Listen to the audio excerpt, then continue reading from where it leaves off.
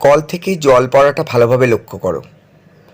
দেখো, যখন কল থেকে জল পড়ছে প্রতিটি জলের কণার গতিবেগ এবং অভিমুখ একই দিকে রয়েছে, কোনো কম্পন নেই, স্থিরভাবে দেখো জলটা পড়ছে। এই রকম প্রবাহকে ধারালেখ প্রবাহ বা স্ট্রিমলাইন ফ্লো বলা হয়। ভালো করে খেয়াল করে দেখো। আমি যদি এবার গ্লাসটাকে সরিয়ে দিই, দেখো একেবারে নিচের অংশ অর্থাৎ জলের একেবারে নিচের অংশটা খেয়াল করো, অণুগুলি গতিবেগ এবং অভিমুখ কিন্তু একই নেই। তাহলে এইখানটা অশান্ত প্রবাহ, আর উপরে দেখো ধারালেখ প্রবাহ বা স্ট্রিমলাইন, আর নিচের অংশকে বলা হয় টার্বুলেন্ট প্রবাহ। মনে রাখতে হবে এই ধারালেখ প্রবাহের জন্যই বার্নৌলির নীতিটি কিন্তু প্রযোজ্য। বার্নৌলির নীতি: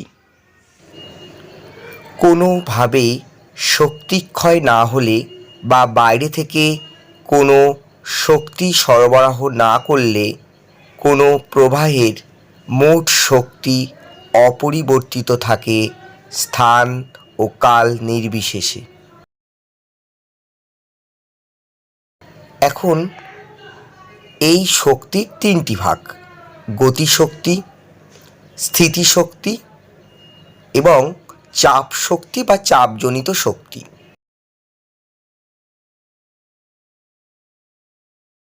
শক্তির সংরক্ষণ সূত্র অনুসারে এই তিন শক্তির যোগফল সর্বদা অপরিবর্তিত থাকবে।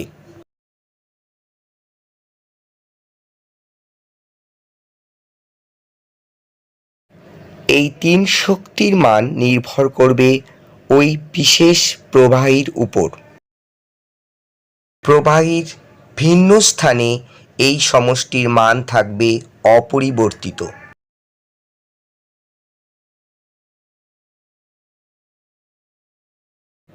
এবার ধরা যাক কোনো এক প্রবাহীর স্থিতিশক্তি সর্বত্র 1, তাহলে এক্ষেত্রে আমরা প্রবাহীর গতি এবং চাপ শক্তি নিয়ে মাথা ঘামাবো। প্রবাহী বরাবর কোনো জায়গায় যদি গতিশক্তি বাড়িয়ে দেওয়া যায়, তাহলে সেই জায়গায় চাপ শক্তির মান যাবে কমে। এবার আমরা দেখব একটি প্লেন যখন ওপরে ওঠে কিভাবে এই বার্নৌলির সূত্র প্রযোজ্য হয়। প্লেনের ডানার প্রস্থচ্ছেদটি ভালো করে খেয়াল করো। খেয়াল করলে দেখবে একটি বিশেষ প্রকৃতির এই প্রস্থচ্ছেদ বানানো হয়, যা প্লেনকে উপরে উঠতে সাহায্য করে। একে এয়ারফয়েল বা অ্যারোফয়েল বলে। বাতাসের প্রবাহ দুভাবে ভাগ হয়ে ডানার উপর এবং নিচ দিয়ে যায়। উপরের বাঁকা পথের দৈর্ঘ্য নিচের সোজা পথের দৈর্ঘ্যের চেয়ে বেশি। সুতরাং একই সময়ে দুই প্রবাহ উপরের অংশ দিয়ে যখন যায়, অধিক দূরত্ব অতিক্রম করায় উপরের অংশের গতিবেগ হয় নিচের অংশের চেয়ে বেশি।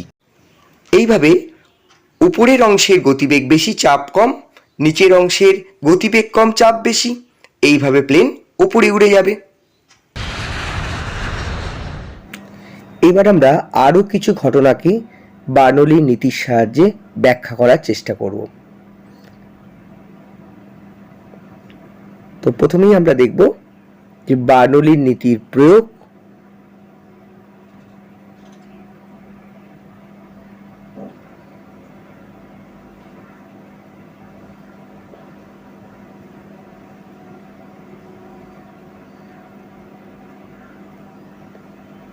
ও কিছু ঘটনার ব্যাখ্যা।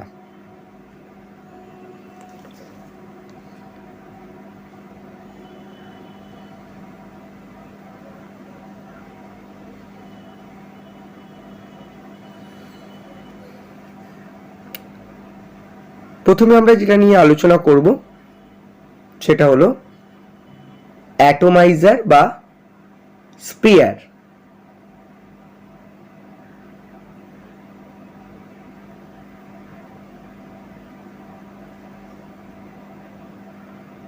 অর্থাৎ যা দিয়ে আমরা স্প্রে করতে পারি। এই স্প্রে করার যন্ত্রে কিভাবে বার্নৌলির নীতি প্রযোজ্য হয় সেটাই দেখে নেওয়া যাক। দেখো, এখানে একটা তরল রয়েছে। এবং রবার কর্কের সাহায্যে বোতলের মধ্যে একটা স্ট্র ডোবানো রয়েছে। এখন যদি আমরা এর সঙ্গে লম্বভাবে একটা সরু নলের মধ্যে দিয়ে বাতাস প্রয়োগ করি বা বায়ু প্রবাহ চালনা করি,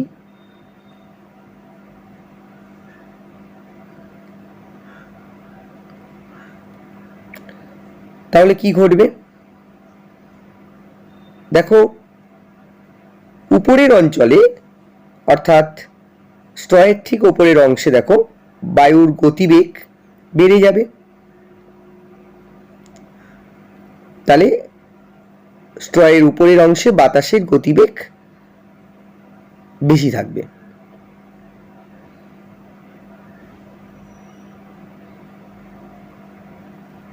তাহলে গতিবেগ যদি বেড়ে যায় তাহলে এই অংশের চাপ অবশ্যই কমে যাবে, কারণ বার্নৌলির নীতি অনুসারে আমরা জানি যদি গতিশক্তি বৃদ্ধি পায় তাহলে আমাদের চাপ শক্তি অবশ্যই হ্রাস পাবে। এবার বোতলের মধ্যে কি হচ্ছে দেখো, বোতলের মধ্যে পূর্বের চাপই ছিল, অর্থাৎ আমরা ধরতে পারি বোতলের মধ্যে চাপ আগের চাপের তুলনায় অর্থাৎ উপরের অংশের চাপের তুলনায় বেশি। বোতলের ভেতরের বায়ুর চাপ কিন্তু বাড়েনি, কিন্তু উপরের বায়ুর চাপ যেহেতু কমে গেছে তাহলে তার তুলনায় বোতলের বায়ুর চাপ বেশি। এখন কি হচ্ছে, সেই অতিরিক্ত চাপ বা বেশি চাপ তরলকে ঠেলে ওই লম্বভাবে থাকা যে নলের মধ্যে যে স্ট্রটি রয়েছে, যে নলটি রয়েছে, সেখান দিয়ে তরলটিকে বাইরে বের করে দেবে, অর্থাৎ স্প্রের আকারে ওই তরলটি দেখো বাইরে ছড়িয়ে পড়বে। এইভাবে আমাদের স্প্রেয়ার বা অ্যাটোমাইজার কাজ করে। এবার চলো দেখে নাও, অনেক সময় আমরা শুনে থাকি যে ঝড়ের সময় বিভিন্ন বাড়ির যে টিনের চাল বা খড়ের চাল উল্টে যায়। কিভাবে সেটা হয়? স্বাভাবিকভাবে বাতাসের যে চাপ সেটা ঘরের মধ্যে এবং বাইরে একই থাকে, কিন্তু ঝড়ের সময় বাইরের যেহেতু বাতাসের গতিবেগ বৃদ্ধি পায়,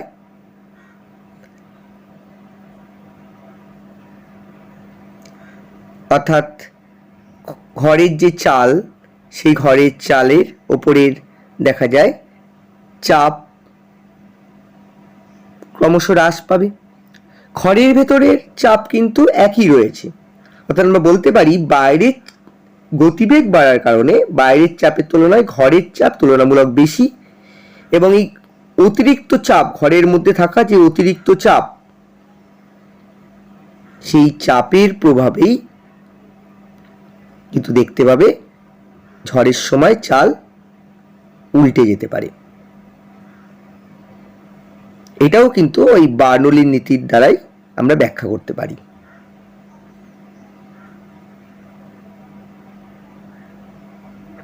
এবার আরেকটা মজার পরীক্ষা দেখো, একটা ফানেল লাগবে এর জন্য এবং একটা বল লাগবে, পিং পং বল। তো ফানেল দিয়ে যখন আমরা ফু দেবো ফানেলের দিক থেকে, তাহলে দেখো বাতাসটা বাইরে বেরিয়ে আসবে, অর্থাৎ ওই অঞ্চলে বায়ুর গতিবেগ বেড়ে যাবে। এবার একটা বলকে যদি তুমি ওই ফানেলের মধ্যে নাও, বলটি পড়ে যাওয়ার বদলে দেখবে আটকে থাকছে। কিভাবে সম্ভব সেটা? কারণ যখন তুমি ফু দিচ্ছ তখন বলের চারপাশ দিয়ে যে বাতাস বেরিয়ে আসছে তার বায়ুর গতিবেগ কিন্তু বৃদ্ধি পাচ্ছে। দেখো, বলের চারপাশ দিয়ে যে বায়ু বেরিয়ে আসে তার গতিবেগ বেশি থাকছে, এবং এই কারণে দেখো ওই অঞ্চলে যেখানে বলের চারপাশ দিয়ে বাতাস বেরিয়ে আসছে, যেহেতু গতিবেগ বেশি থাকছে, তাহলে বলতে পারি ওই অঞ্চলে বায়ুর চাপ কমে যাবে। তাহলে বায়ুর চাপ ওই বলের পিছনের দিকে অংশে, ফানেলের কাছাকাছি অংশে কম থাকবে, আর সামনে থেকে যে বাতাস থাকবে তার চাপ কিন্তু অপরিবর্তিত, অর্থাৎ তার চাপ যেহেতু অপরিবর্তিত, তাহলে আমরা বলতে পারি বলের পেছনের অংশ অর্থাৎ ফানেলের অংশের চেয়ে এই অংশে চাপ তুলনামূলক বেশি। এই কারণেই দেখবে বলটি পড়ে যাওয়ার বদলে ফানেলের গায়ে আটকে থাকবে। তাহলে এর পেছনেও কিন্তু বার্নৌলির সূত্র কাজ করছে। আরেকটা মজার পরীক্ষা, তোমরা বাড়িতে এটা করতে পারো। একটা পোস্ট কার্ডকে বা যে কোনো একটা কার্ডকে নিয়ে, কার্ডবোর্ড টাইপের পাতলা কার্ডবোর্ড নিয়ে যদি তুমি ভাঁজ করে সামনের দিকে রাখো এবং কোনো বন্ধুকে বলো যে এটাকে ফু দিয়ে উল্টে দিতে হবে, দেখবে ওটা উল্টে যাওয়ার বদলে আরও মাটির সাথে চেপে বসে যাচ্ছে। কেন বলো তো?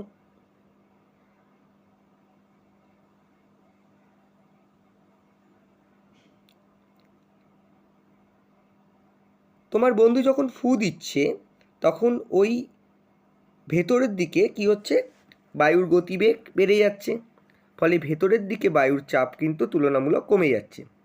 কিন্তু বাইরের চাপ তো অপরিবর্তিত রয়েছে, তাহলে ভেতরের চাপের তুলনায় বাইরের চাপ বেশি থাকার কারণে দেখা যাবে ওটি উল্টে যাওয়ার বদলে কাঠটি সামনের দিকে আরও বেশি চেপে বসে যাচ্ছে।